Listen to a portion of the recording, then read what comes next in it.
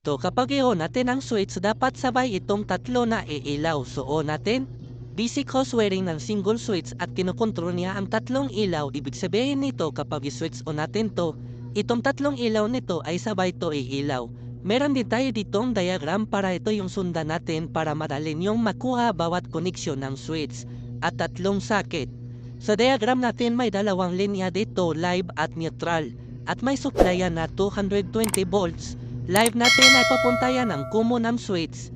At dito sa kabila ng switch return ay dito nakakonek ang supply na live ng bulb 1, supply na live ng bulb 2, at supply na live ng bulb 3. Dito naman tayo sa neutral na supply. Sa neutral dito nakakonek ang supply na neutral ng bulb 1, supply na neutral ng bulb 2, at supply na neutral ng bulb 3. Meron din tayo ditong 15 ampere circuit breaker dahil light tension installation natin. Sa 15 ampere circuit breaker gumamit tayo dito ng FedEx wire number 14. Meron din tayo ditong single switch at tatlong socket. Meron din tayo ditong junction box kung saan dito natin i-fix yung mga koneksyon natin sa socket at switch. Sa diagram natin sa switch, may symbol tayo na C at R. Ibig sabihin ito common. Yung isa naman ay return. So dito yan sa switch. Ibig sabihin ito, itong itim, ito yung common.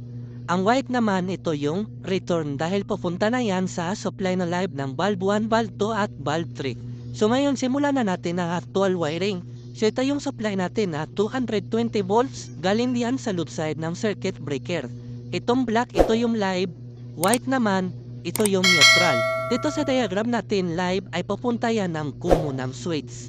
So ito yung common ng switch at ito naman ang supply na live. So live na supply ay dito natin i-connect ang common ng switch. So itong dalawa i-splice natin to.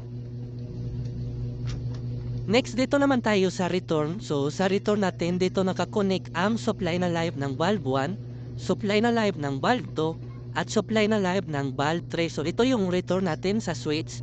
Dito nakakonek ang supply na live ng bulb 1, supply na live ng bulb 2, at supply na live ng bulb 3. So itong apat na wire slice natin. Next dito naman tayo sa supply na neutral. Supply na neutral, dito nakakonek ang supply na neutral ng bulb 1, supply na neutral ng bulb 2, at supply na neutral ng bulb 3. So ito yung supply natin na neutral, dito nakakonek ang supply na neutral ng bulb 1, supply na neutral ng bulb 2, at supply na neutral ng bulb 3. So itong apat na wire, splice natin to. Next, lagyan na natin ang electrical tape itong koneksyon natin.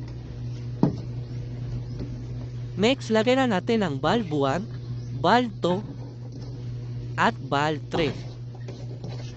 Next, on na natin ang circuit breaker. So, kapag i-on natin ang switch, dapat sabay itong tatlo na iilaw. So, on natin, off, on,